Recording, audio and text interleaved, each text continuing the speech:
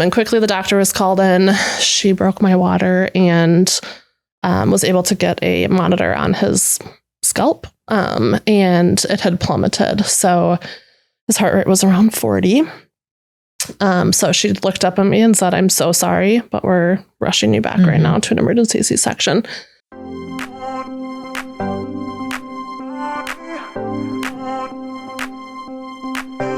Welcome back to the No Foot Too Small podcast. Today, I'm your host, Robin Boudreau, co-founder and executive director. Today, I'm joined by the beating heart of our organization, Maahs, director of family support, and the lovely Courtney Fitzpatrick, all the way from North Carolina. Thank you both for joining us today. Yes, thank you. I think if you know me well, the most important part of any conversation is just simply our angel's story. So I'm most excited to dive into Henry's story today. But thank you for making the trip. I understand it was a long trip. Yeah. Back home. So it's always... Does it feel like home? It does. Yeah. The Midwest is home for both me and my husband. So yeah, Casey's Pizza and the cornfields. It's home. Yeah. That's fantastic. I don't know if I should ask you this since we're being recorded, but is there any chance we'll get you back home? Ooh, I don't know. The jury's out on that one. My mom asks, pretty much every time there's an opportunity. So when or if and how? Yeah. So we'll see. Well, we can hope. We can hope. But we are very grateful for you in all of the ways that you support the mission of No Foot Too Small, even from a distance. So we'll get into that at some point today as well. Ellie, anything you want to add before we dive into Henry's story? No, I think you said it in our private moms page and we got to experience that, but real hugs, right? And so I think just being able to have that in-person connection is just so valuable. And we'll talk about, I know, the virtual space and how you entered that. And I think how meaningful it's been, but there's just nothing better than like a real hug. So it's great to have you, here to be able to hug in person and just have those experiences and memories too. And we do have the Kleenex handy. I see that. Okay. Yes. All right. Well, if you wouldn't mind, would you share with everyone here Henry's story? Yes, absolutely. This time of the year is, as we head into fall, and I see the leaves changing, we kind of enter Henry's time, I guess, as I would call it. Henry's time of year? Yeah, Henry's time of year. And I'm like, fall has always been my favorite. So, while that can be like emotional too, I'm like, of course he came in the fall. Right. But so it was around this time. So 4 years ago, we moved from the Quad Cities, so LeClaire, Iowa, to North Carolina. It was crazy. And we were excited for a new adventure.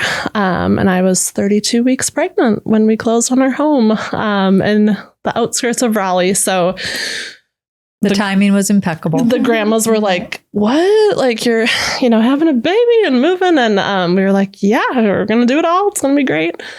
32 weeks pregnant, got a new OB.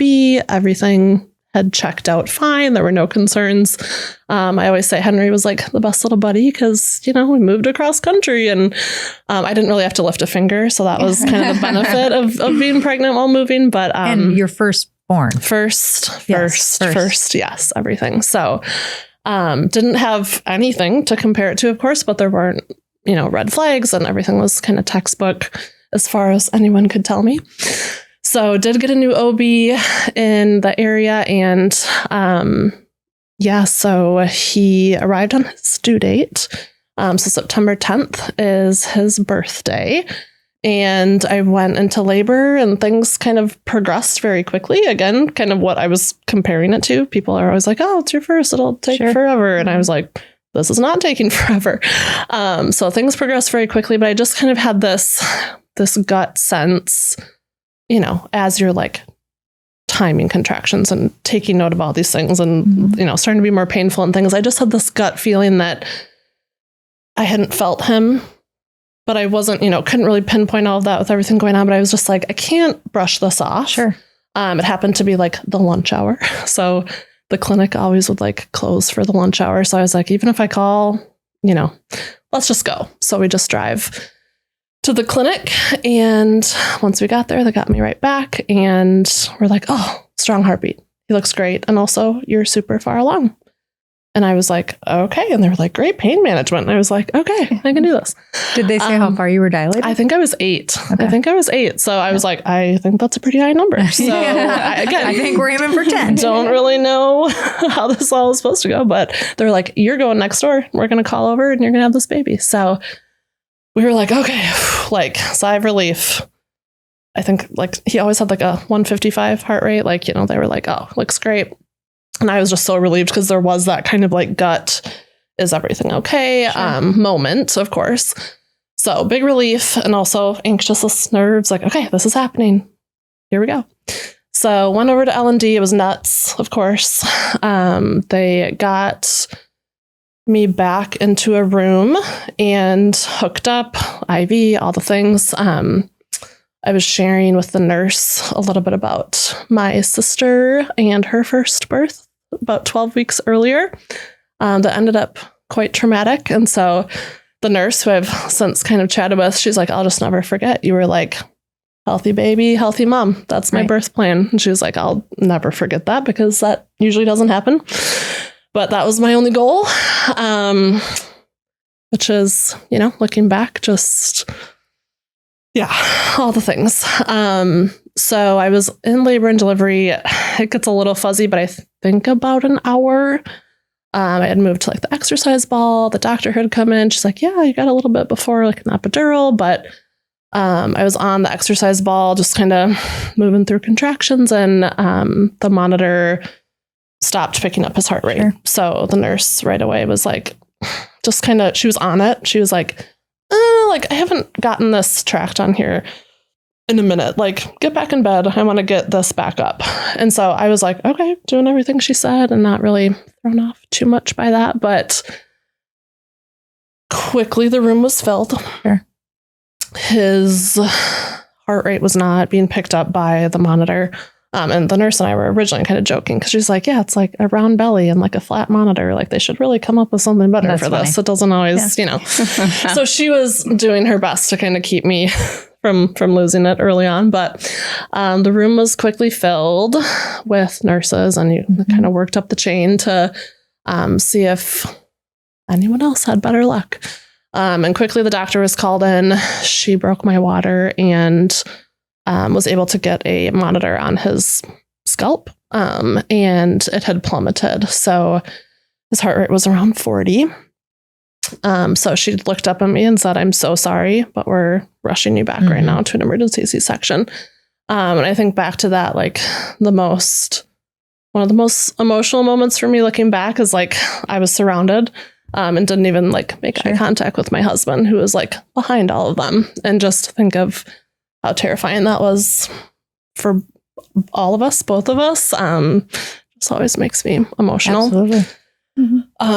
So the code was called, and 7 minutes later they had Henry out. I was under general anesthesia.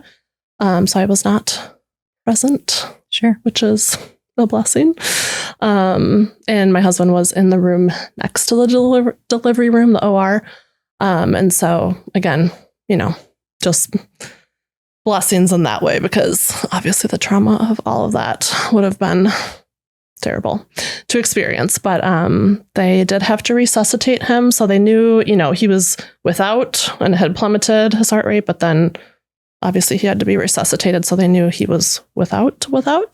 But they did get him back, and they did have him hooked up immediately to all the things. And their immediate plan was to do the HIE protocol, which is to keep everything protected, but mainly his brain protected from the loss of oxygen. So, and maybe you said this, how long was he without oxygen? That's where it gets, 7 minutes from when they knew it had plummeted to when they had him out. And actually something that was really frustrating early on. So he was transferred to a NICU about 30 minutes away. So he's our little Tar Heel. He ended up at UNC Children's Hospital in Chapel Hill. And so when that neonatologist called us, it was around midnight, and he was like, Henry's been without oxygen for an undetermined amount of time. And I was like, no, I mean, yes, but like very short, like everything was fine. And then it wasn't. So I just remember being very like, okay, what is this guy now? Kind of like, but also just angry and kind of like, how did this what even just happened? What we would find out much later is that months later after he passed, that he had a fetal maternal hemorrhage. So between his cord and placenta, there was a hemorrhage. So his body had been without everything it needed, potentially days and or weeks. Really? Very, very tiny, I'm sure. From what we heard, it wouldn't have been detected type of thing. And obviously it was allowing enough through to keep his heart rate kind of what it was. And I'm sure that kind of dipped at different points. But if it wasn't, detected as being off or anything wrong, no one knew anything different. So, so he was transferred, pretty much immediately. I was coming out of major surgery, general anesthesia, shocked to say the least, just very confused.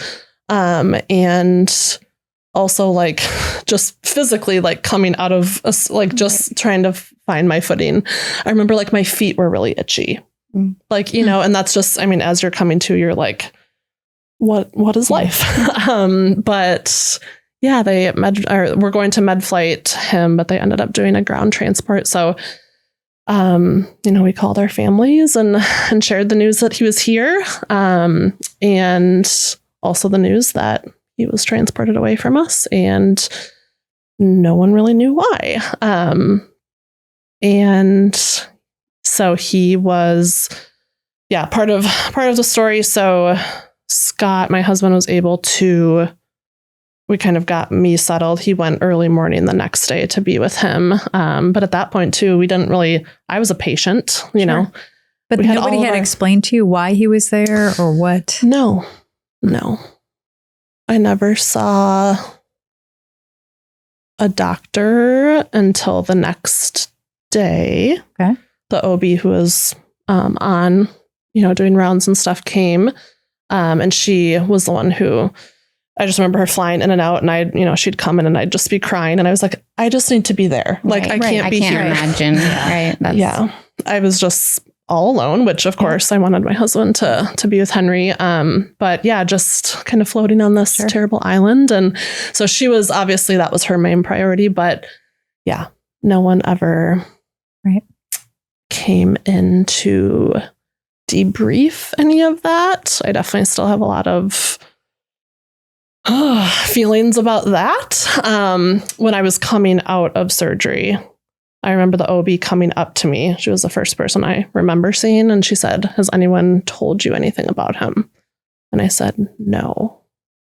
And she put her head in her hands and just walked away, kind of in disbelief, like obviously very emotional herself. But I think back to that moment in therapy often, because it just, nothing felt more But then she also in that moment didn't fill you in. Correct. Yes. Correct. So, a lot of hurt over that. Just again, like, it's not like anyone really knew kind of what happened, but even just facts would have been nice, because it left me kind of piecing things together after the fact. So he was with us about 30 hours. He was in the NICU and they were attempting all that they could. I just remember once I did get transferred there, we were at his isolate in the NICU, and they just said, like, pray for his kidneys, pray for organ function. We haven't seen the things that we would want to see at this point. Of course, the ultimate goal was to be keeping him in that hypothermic state to protect his brain. But clearly his body had injuries somehow, and there wasn't kind of that very basic organ function, like a wet diaper and kind of, very tragic and sad and terrifying just to be standing there with no answers. Well, just a very helpless feeling, I imagine. Yeah, definitely. And I was in shock for sure. So even just like thinking back to the emotions and kind of like just the numbness of everything. And then being kind of told we're kind of out of options. And it was like, just one foot in front of the other. But there was not really anything to try beyond what they were. So all 4 of our parents made it. That's so special. Good. Like planes, trains, and automobile. Like, obviously from like this Wisconsin and Iowa area, they were all like busting it to get there. And then at the same time, like didn't really know what they were walking into either. Right. Because, we were all like on the same road, but different lanes is kind of what I think of it as. Like we all knew the goal and to get them there. And, our goal was to just be by him the whole time. But it wasn't like we were updating. It was just like, what's happening? It was very quick. Right. Yeah. Yeah. So they all walked into like a pretty tragic situation. And later in the night, so we were able to baptize him. So there was the sweetest, straight from God, young priest who just happened to be in the NICU that evening. And he had talked with my husband at one point. I think he was going around and just like doing some blessings on all the babies. And so my husband and him had exchanged some words. And then he had went on his way. And then as things were kind of progressing, not in the way we would have hoped, he had told the nurse, we would like a priest to come baptize our son. And so it just like worked out perfectly that he kind of just like appeared. And they had actually called a different chaplain. And so again, it was just kind of like a God moment, like this sweet young Catholic priest who we both were raised Catholic, and he just kind of appeared. And he was definitely just a beautiful gift. So he baptized Henry with, all 4 of our parents there. And that was such a beautiful gift for sure. The fact that like they weren't even in the state, 12 hours before. So, so we said goodbye shortly after, I guess, into the early hours of September 12th. It was like 1 a.m. and a dimly lit. Did you make that choice? Did you have to? I'll never forget one of the nurses who was like, kind of like speaking really high pitch and frantic, like, we don't really have like, and the nurse who was like mainly with us, like, was like, I got this. Sure. Like, kind of like, go away. It was kind of amazing. But basically, they were going to have to like, thaw plasma. This is where things get very fuzzy, but they were like, there might be like another thing to try, but we've, maxed him out on all of the medications and things that we have access to. Sure. So basically they had said, we don't have anything else to try.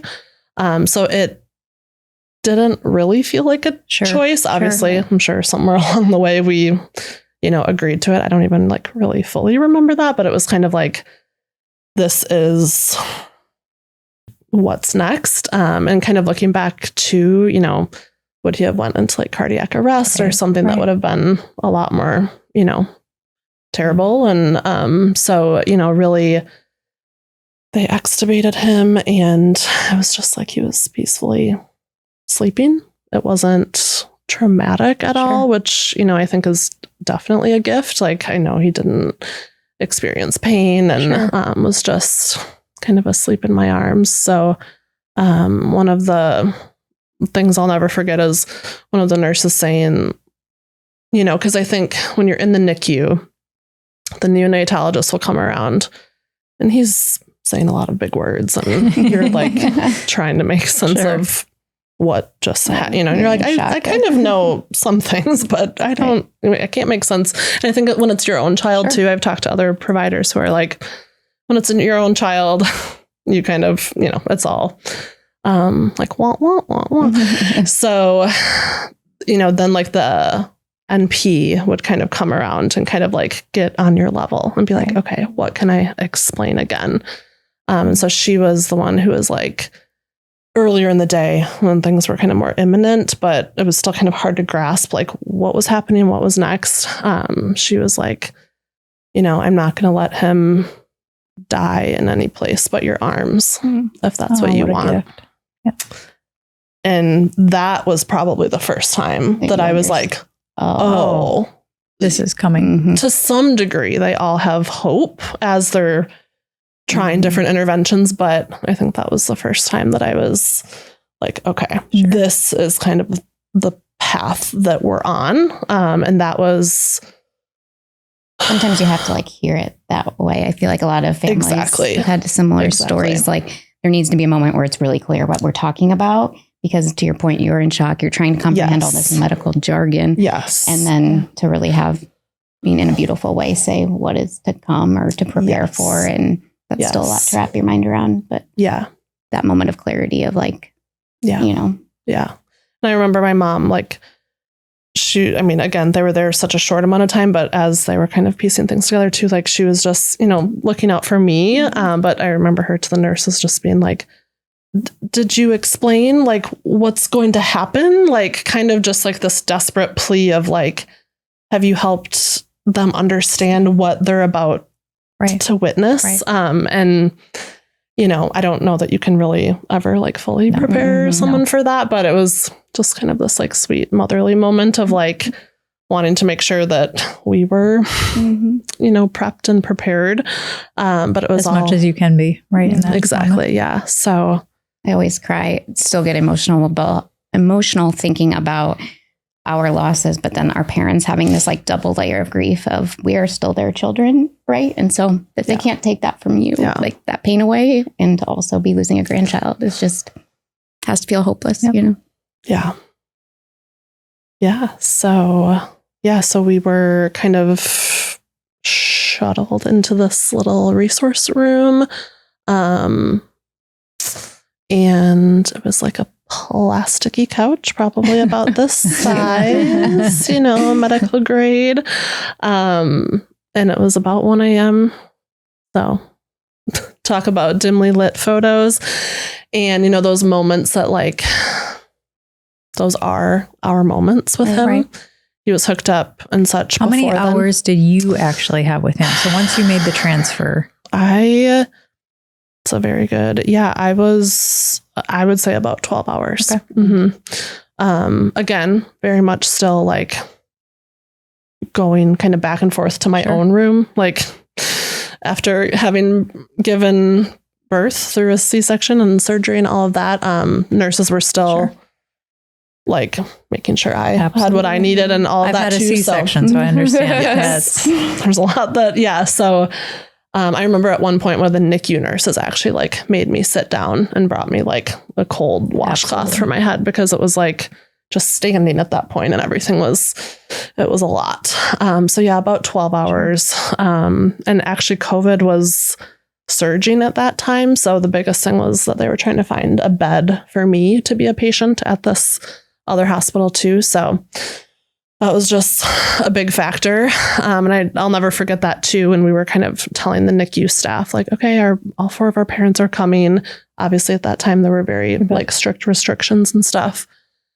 And they were like, it's fine.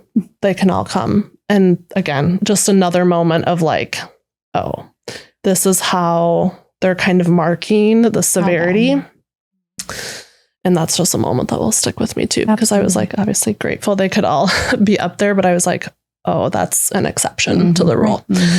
So we were kind of ushered to this little resource room, and there were, I guess, is that what they called it? Like a resource room? That's like what I remember in my mind. Okay. I remember one room that had like bookshelves and like a table with 4 chairs. And then next to it was this room that my husband and I were in. Enough room for like the isolette and, or the warmer, I guess. And then, a small couch and like a random chair. So not room for your parents at that point. No. And I mean, not, I guess you could have all been standing in there, but not in a comforting environment to kind of like all experience him together or, whatnot. But we wanted it to just be us at first with him. Obviously, it was like the first time we were holding him. And I'm glad, we had that moment together, like just the three of us. Yeah. So just like hearing the doctor, who was so sweet, like announce the time of death and that type of thing, like was just, it still doesn't feel real. Right. Like that's only in the movies. Right. Yeah. It shouldn't have been real is what I'm sitting here thinking. Right. Yeah. Right. Yeah. And so, again, like we have a ton of pictures and stuff. But just those moments of like, I don't even, just pure shock. And there's some where I'm smiling. Sure. So like, there was. But isn't that just a mother's love? Yeah. Right. I mean, it yeah. just. And then I remember too, I was like, he had tubes and tapes and everything. So I was like picking off the little like adhesive. And I was like, I just feel like that's what like a mama bird does. Like looking back, it's like, that's just the natural. Absolutely. Yeah. Yeah. So I always have that little memory too. And his perfect little face. He was 8 pounds and 14 ounces. So he was a big boy, 21 inches. So, and can you believe they had him delivered in 7 minutes? No, I can't. That part's also super fascinating. Yes, it is. And since I've learned like there's always an OR prepped for like, emergency surgeries, and they have everything. It's just, it is amazing to like learn about that side of things, and how quick they can do it. So yeah. Oh, so yes, the room, and it was what it was. Sure. I obviously like looked at all the beautiful birthing and bereavement suites. And it makes me emotional. It does when I see videos, because if we would have been given the space and comfort with me still being a patient, sure, still being kind of checked in on and taken care of physically. And then also, the ability to just kind of hang out as a family. And yeah, that would have been just such a gift. So I get emotional when I see how amazing when we is. visited the one of our first birthing and bereavement suites as lost families ourselves, it was emotional to walk into the space kind of even unexpectedly, or more so than I thought, because you start to replay your own story in there, right? That's what I was doing, is like yes, that would have been a whole different experience. And you can start to see and feel that in like every detail in that. So I very much felt that and experienced that when we did that as a team. It's emotional for that reason, for sure. What do you think would have meant the most to you when you reflect on what it might have been like to have a birthing and bereavement suite during that time? It's a good question. Well, I remember going back to my room in my hospital bed, and my husband was on like the couch. We got back to our room, and I was so glad the nurse like had made up the couch bed for him, because you don't know how much they're aware of all the things going on. I was on like a different floor. I was on like a women's unit. There were like, I was not given my medication at certain times that I probably should have been, and just things that it was just choppy. So I remember, being like, okay, they made up a bed for him. Thank you. But we like held hands across the room, like, or, a couple feet, as we had just like walked away from a terrible, terrible day and moment. And just the non-comfort of that, like a hospital bed, being awful. And then just kind of like okay, this is my person, and we can't even like sit together, hold hands, not across a room. So I think just like the comfort of all of that is, it would be, such a gift. And then just the ability to kind of like all four of our parents were like, okay, we're just going to like taking drive, turns, 40 minutes home kind of thing. Whereas we could have just kind of all been in like a shared space, and probably just the time given too. Sure. Were they rushing you along, or did they need the space for somebody else? It was 2 a.m.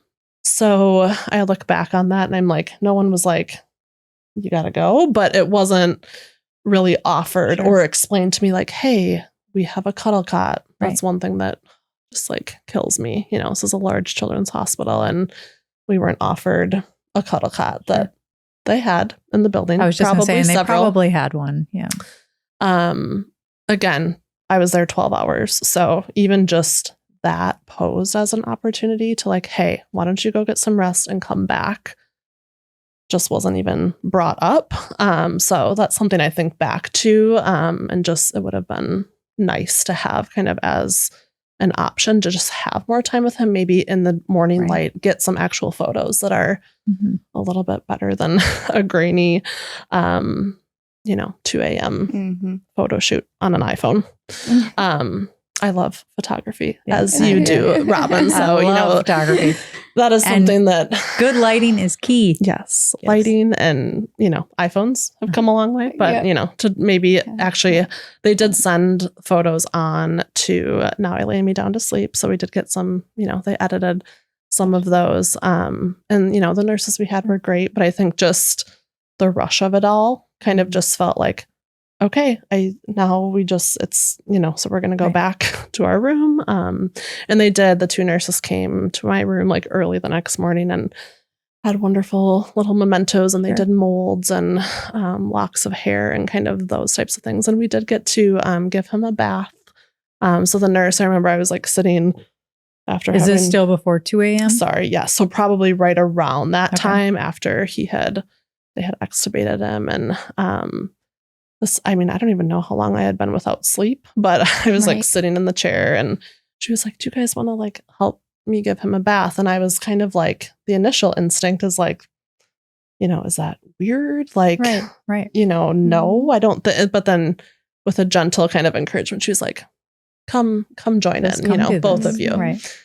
So I'm really glad for that too, because again, you're just like, I don't know how to for this. Yes. Yeah, so that's always a really special memory. Still have like the little bottle of soap that they sent with all his little belongings and, just to give your baby a bath, like, and never be able to other than in that moment. I'm glad I have that memory too. So yeah, it was kind of all around that time frame. We got to spend time with him and there was no rush on their end.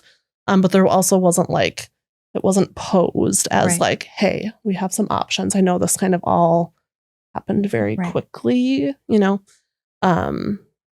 then, This probably sounds really obvious, but I think that is one of the beauties of a birthing and bereavement suite is that everything's there, right? The cuddle cot's in the room. The tub for the bath is there. And so regardless of who's on duty, right, what shift they're working, they can walk into the space and know exactly what that family needs. Yeah. I know we see a lot of hospitals where, whether it's the cuddle cot or some of the mementos are in a closet, like on the floor, right? Like nobody knows where they're at, to your point. But like when we went and toured the one, I remember just pulling out the shelves and just like all of the outfits, everything is right there. So that doesn't get missed for any family. Right. And I think like when you were talking about pictures and wishing there was a better quality, like we go away with nothing. And so every little piece we have holds so much more like importance, right? Those pictures are even more important because we don't have them, right? And so all of those mementos, those opportunities, the bath, like they make a big part of the experience, right? A little bit better, right? I like to think our worst days are just a little bit better with that space. Yeah. Is there anything you were hoping to share about the NICU experience? Oh, yeah, obviously, I know that people enter the NICU in all different ways. Sometimes people know ahead of time that they're going to likely have a NICU stay. Sometimes people, along the way find that out. And sometimes it's a 3-pound baby. Sometimes it's an 8-pound, 14-ounce baby. I think everyone that walks away from that journey just realizes how those providers are just angels on earth. Like godsends. Yes, they are so wonderful. But the trauma of all of that is very real. And so I've, spoke with many people who walked away eventually with their baby to bring them home. And then also, many that haven't. And there is still this kind of special bond regardless of just everything you've experienced standing next to the isolette and kind of taking all of this information in. Maybe it's over 30 days, maybe it's over 30 hours, but it is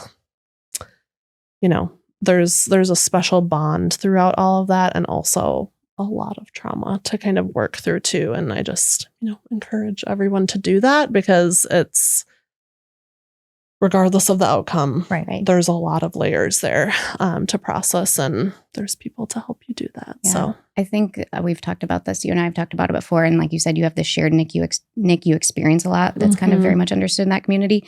But even working with some NICU organizations, there's two outcomes, right? Yes. Is the reality. Yes, and then definitely. That definitely divides the experience, right? There are those that don't go home with a baby, and there are those that do. Both traumatic. Like you said, both need, places to process that. Yeah. But that is the true reality. And even the organization I was working with realized, like, we really better support NICU families who go home with a baby versus us supporting families that have a NICU stay who don't take a baby home, right? They are different experiences in that part of the journey.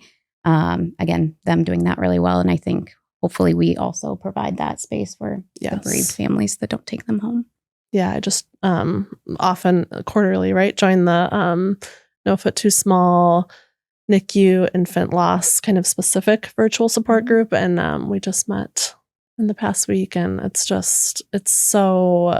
so beneficial to kind of have that space where obviously all of the virtual groups that I've been a part of are wonderful and kind of find different levels of connection. But I want to say, I'm trying to think of how many there were this time, probably around 8 to 10. And the conversation, to speak that same language with other people and other moms who are just trying to find a space to process all of that too, is such a gift. So I'm always so grateful for that time, and just kind of being able to go a little bit deeper with other people who you don't really have to fill in all those gaps of explaining like how you're feeling and how you're processing. All right. So do you remember our first virtual group? I think that's how Is this a test? I was like, do you remember? Do you remember? Because that's how we met. That's how we met. Virtually in our mom's group space that meets every month. You might remember it better than I do. Well, it's always fun to compare experiences. What do you remember? What do I remember? But or just some of your initial first experiences. I couldn't pick it on a calendar, but just what that was like for you to enter that space. You've been in our virtual community for a long time, and I think a real key player isn't the right word, but person in that space for your own support. But then I've also journeyed alongside of you long enough to see you really in a space of supporting others too. Yeah. I always say our journeys are never done, right? So it's a forever grief, but it evolves and it changes. Yeah. And so not judging your early grief, but just what that experience in the virtual space has offered you in the beginning, and maybe how that's transpired. That's a great question, Allie. It was all very fuzzy early on. So I can't say that I remember specifically. I'll remember for sure that our old neighbors and friend Lauren was kind of our immediate connection to No Foot Too Small. When we lived in Iowa, I remember her sharing things, and while we didn't know each other super well, I just remember okay, know this community, it's called No Foot Too Small. That's great. But obviously didn't ever think. Did you ease your way in? Because I see you as just Well, so when Henry arrived, it was just nice to kind of have that okay, no brainer, kind of obviously we're going to be connected and involved, and to just have this space already in existence was such a gift, to not even kind of miss a beat with support. Trying to find that or exactly, because it does not really exist, outside of this wonderful organization. So I remember Lauren was like, hey, I'll join for the first virtual call. Obviously, being in North Carolina, there wasn't a lot of in-person opportunity to connect. But I want to say it was maybe November. So a couple months after Henry passed. But Lauren joined and was just kind of that hey, I'll be there too, kind of just familiar face, which was really sweet and wonderful. And then, I think just so quickly, it was okay, these are my people. It was such a warm and welcoming space. Let's say Katie Cruz was on there, and she's obviously such a warm and welcoming light. And everyone who, was part of it was okay, this is a safe space to share. And then I think pretty quickly too, being able to share a little bit more about Henry's story, in the private Facebook group, just kind of opened up more connections and people who were hey, me too, or, would love to just connect over time was really beneficial too. So definitely like warm. I feel like, we're always like joking and it's not stuffy. No. And while it's sad, there's so much healing that happens in that space and just getting things off your chest that really there's not many other spaces in your day to day that kind of offer that. Mm-hmm. Well, go ahead. No, I was just going to say, we've said this 1,000 times, but I just smile because I look back on those early days in 2020 when that was just Haley Admire said we should be doing virtual groups. And it was the hard no from me, right? Mm-hmm. It was just, if we can't hug in real life, right, in person, then this just isn't it's not the deal. work. So to now have you sit here and say, gosh, this is what the virtual space means. I mean, I'll say it again. I was wrong. I was way wrong about this. But what a gift. Yeah, I think you were that moment for me. While I thought the virtual space was great and I knew a lot of the other people in it. Again, you were coming in as a complete stranger. Yeah. But you were like the success story in that, like when you flew back for gala that year, later. I thought our virtual space is so special, just as special as in person. Yes, you got to provide your own food and it's not real hugs, but hearts on the screen or whatever. But that like what had happened in person did transpire into our virtual space. Just like still gives me kind of goosebumps to think that we were able to create that. And like you said, we were hesitant. We weren't sure. I was sure it was the wrong idea. There was no wavering there. This isn't any support group, right? There are other online virtual support groups, and that's great. But I do think what we do is uniquely different in that space. And so again, that we were able to execute that and not us feel good about it, but that it meant that much to fly to Iowa in like wintertime. So I think it's great here, but I always say like, we're not a destination location. You weren't going to like go do something else probably fun. You came back for this community, right? To really hug people in person and to celebrate, and so that was like a really huge moment for me to feel like we are really supporting these families in meaningful ways. The connection is real. It's powerful. And so is the community, and that you felt that and have continued to feel it is just and it's never ends. Amazing. As like when you're looking at the screen, I mean, we have coast to coast, like, all different time zones, on some calls. And it is amazing to see the reach that does exist. California and Washington and Virginia and North Carolina. And then of course, many across the Midwest. And it's really special to be able to say like, you're connecting with people all over that otherwise might not have that opportunity. I think you touched on too the private space, and I always think you do this well, and there's a lot that engage in this way, and this is where the support, I think you can get an elevated level of support in our community by participating, and they go tandem, and you can do anything, right? Whatever feels right for your grief is the right answer. But it's like, we'll have a virtual call, and then, there might be a theme or a topic or something that's come up, and then the next day it's like a space to continue that. Like maybe you've processed something and you're reaching out to this mom, or you're like, hey, I was still thinking about you. You said this last night, right? So the way they kind of go hand in hand is, I mean, again, you can do them totally separate, but it always seems like after a virtual group, the chatter of those who are on there continue that community, because you can be in like a private group online and not know any of those people truly, right? It's just all typing behind that. But you guys have built this connection, these relationships that also continue, and also invite in people. When you said like jump all in or like teeter, right?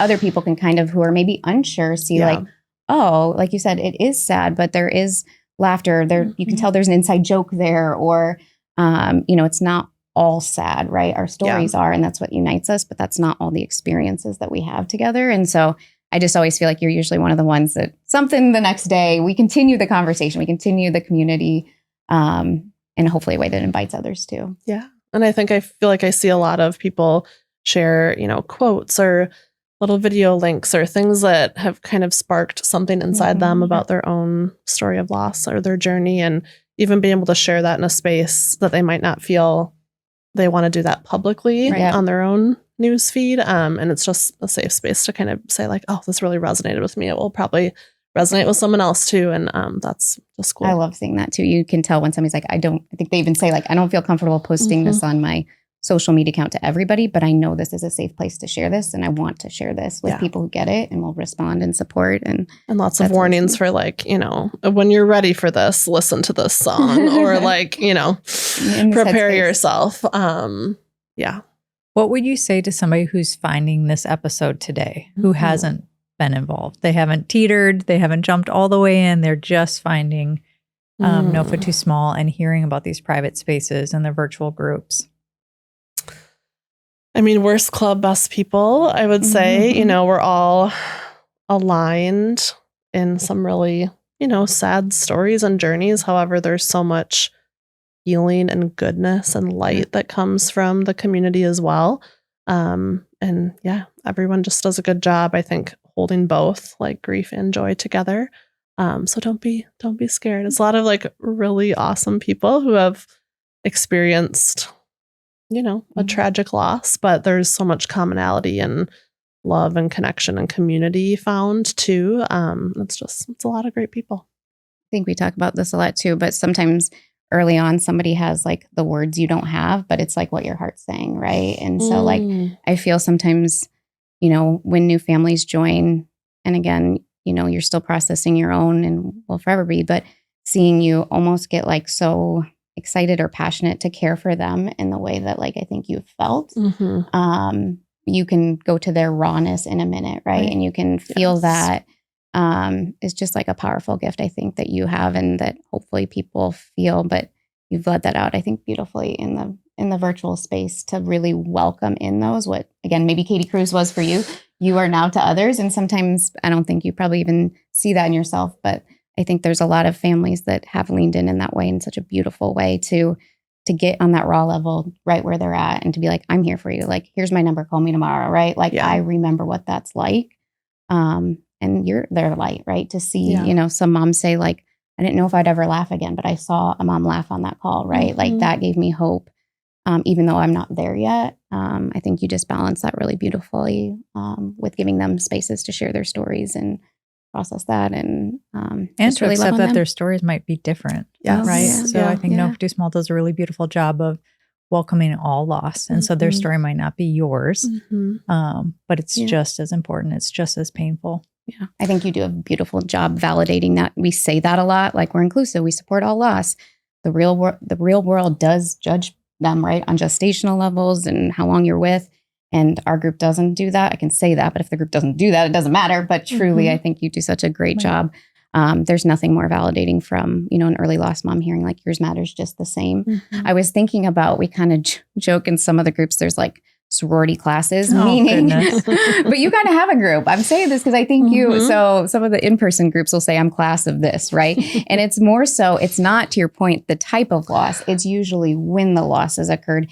And not always, but a lot of times there is a similar journey after, right? The rainbow babies might be coming at the same time, or maybe it's people struggling with infertility after that together. But there is kind of this cluster or group of people that are experiencing time-wise kind of the same thing. Not, to your point, not exactly the same stories, but it's neat to see that evolve. That is like, I mean, I joke, we're life after loss, right? We've done 12 years together, and to see people maybe 3 years on that journey, that to your point, so much beautiful things can come from those relationships. It has for me. I've seen that for you. And that's truly the hope, is this community that keeps passing it on, right? That we keep creating this space. I joke that we'll be irrelevant because we're a little old now, but who's she calling old? You know, we're not having babies anymore, but I mean, we could. But the whole point is that, again, this community keeps serving itself in that way. And again, but it takes some also additional leaders and people to continue to foster that environment. And we're grateful that you've really helped do that. Yeah. And I think too, Ellie, you do a good job connecting, you know, kind of more like individual basis too. Like I remember you connecting me with Lindsay, and, you know, even her being a few years ahead of me, we have very similar stories. You know, we talked one day on the phone for like 2 hours, you know, to just kind of take it a little bit more in depth, just in terms of, you know, things that I had questions about, things that I was nervous for the future, things like that. And who can better kind of guide you than someone who walked a very similar path. So like you said, she does want matchmaker on her business card. I've been asking for a long time. That is my favorite job, is to find who needs to be connected. Again, that was a gift. Robin's story was very similar. And I think in the early days of loss, at least for me, my perspective, having somebody that had a similar story was important. Because I felt so alone. Nobody else had this type of thing, right? Is how I felt. And so finding that person was helpful. Now, after many years, that's not as critical to me. But I think early on for families, it is helpful to feel not as isolated, right? And to your point, to somebody maybe that's a few years out too can kind of help guide you in a different way. Mm-hmm. That's what's beautiful about the community. There's people like your sorority class that journey alongside you. And then there's nice to have some people sometimes a little bit further out to kind of know what to anticipate or to also validate that it's okay. I'm still grieving, right? Too like light, but also the truth is we're always carrying this with us too. So it's neat that the community really has both and how they work together. So Allie talked about the journey, right? And this is a journey. So your story didn't stop with Henry. Would you like to share what has come since? Yeah, I would. Was it the trip to gala or just... she went there. There was some angel energy that month, that's for sure, because the wave of light was right around that time. I really feel like there were some powerful angels involved. Henry was at work. And I think I needed that because I don't know that I would have told anyone sitting next to me, like, yeah, I'm ready to do this again. I mean, that was my only experience with pregnancy or birth. And I obviously was convinced that the same thing would happen again or something terrible would happen again, because once you're a statistic, statistics don't matter. You're always a statistic. So we were instructed to, wait after C-section, which I do look back at. I mean, it was awful, but it was also such a gift to be able to like grieve and really heal and just, have the time and space to prepare myself for what was next too, I think. Again, I don't know that I would have been like, let's do this. So thankfully there was some divine intervention. But we welcomed Henry's little brother, Elliot.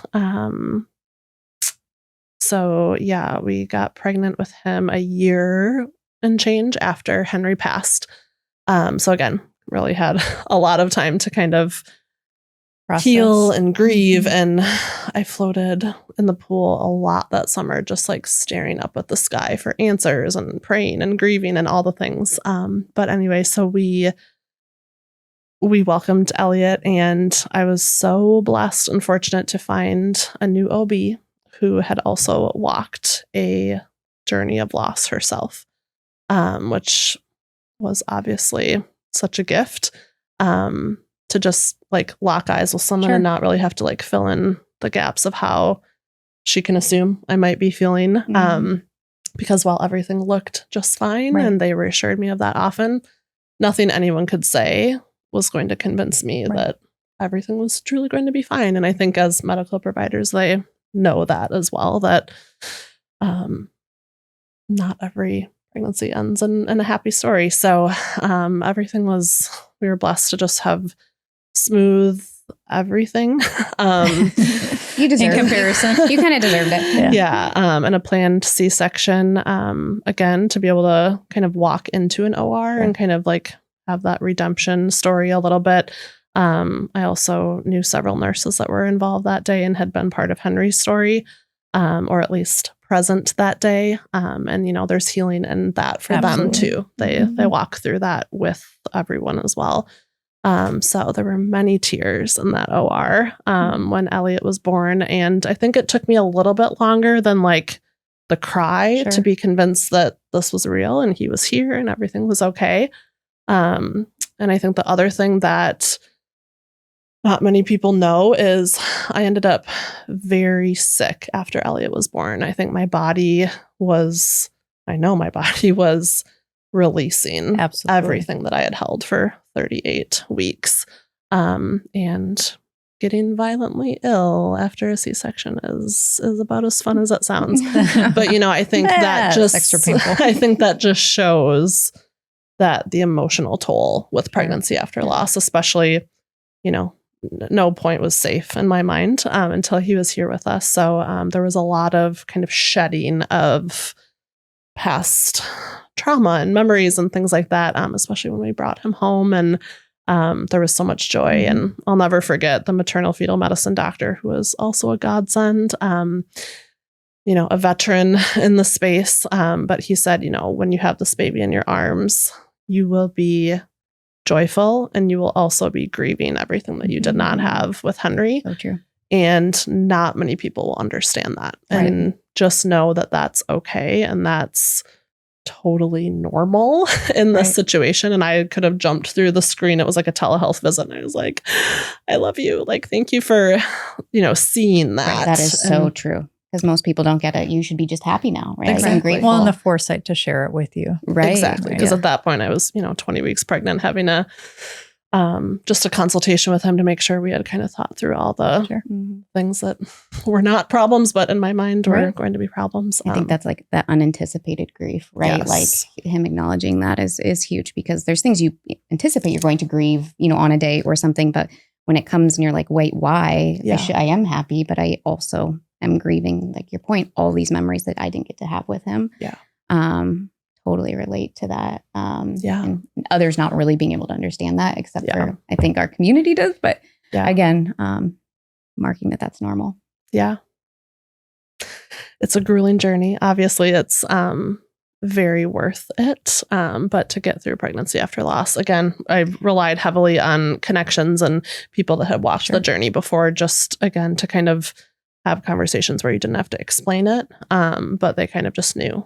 That's funny you mentioned that, because it was kind of your time frame. Everything I think that's evolved at No Foot Too Small, you say, is I think like an organic need and growth, and just letting the community really guide the needs. But I do remember like some of the group of your time frame was we're pregnant, and you guys, many of you had attended the virtual spaces, and I don't know specifically remember you or which one, but just saying like, I'm like, hey, am I going to see you tonight? And it's like, I can't come, right? And so it's neat now, because we didn't have it formally then, but we now have our pregnancy after loss group, because it is, again, you still want these people who get it. But instead of coming and sharing our loss stories, the pregnancy after loss group that we launched now monthly is talking about how do you get through that, right? Like the anxieties and normalizing what you're feeling. And again, not that they can't share their stories, but it's we're creating a different space with our community. And that's, for me, it's just a different conversation. It is. But it's still that sense of community. Because for a while I was like, well, maybe other people do that well. We don't add that.